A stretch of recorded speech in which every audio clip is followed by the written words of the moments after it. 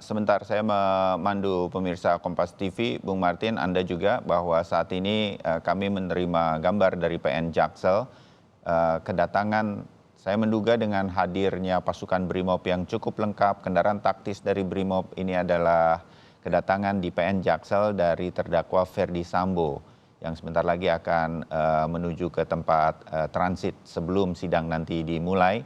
Dijadwalkan 9.30 tetapi biasanya mendekati pukul 10 nanti baru hadir.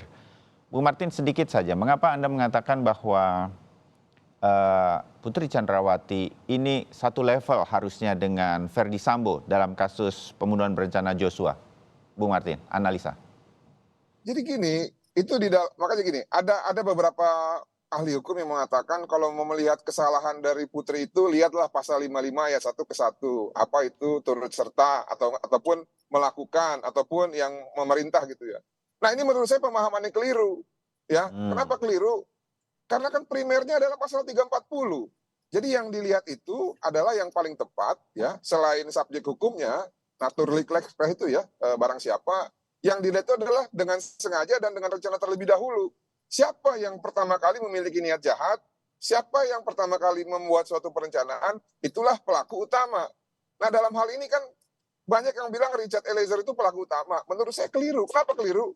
Karena merampas nyawa milik orang lain dalam delik 340 itu ada pada urutan terakhir. Itulah penyempurnaannya. Tapi yang utamanya mengapa delik itu bisa terjadi adalah karena ada orang yang dengan sengaja ataupun dengan niat jahat dan dengan rencana terlebih dahulu untuk merampas nyawa milik orang lain. Nah, siapakah itu?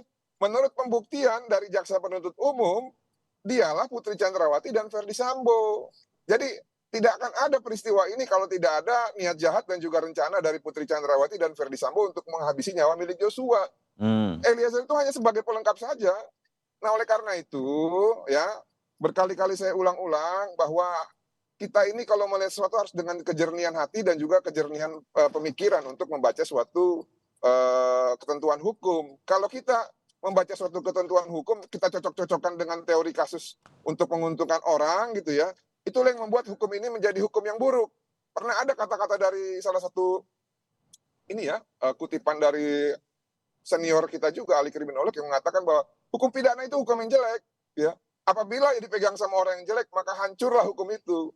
Nah, oleh karena itu ya, cobalah kita berlaku objektif ya, supaya kita juga jangan tercebur ataupun terbawa terhadap, kalau saya pinjam kata Profesor Rocky Gerung ya, kedunguan gitu ya. Demikian, terima kasih. Baik, Bung Martin, kita jeda dulu dan nanti setelah jeda juga akan bergabung di studio pakar hukum pidana Jamin Ginting. Tetap bersama kami untuk Breaking News Kompas TV.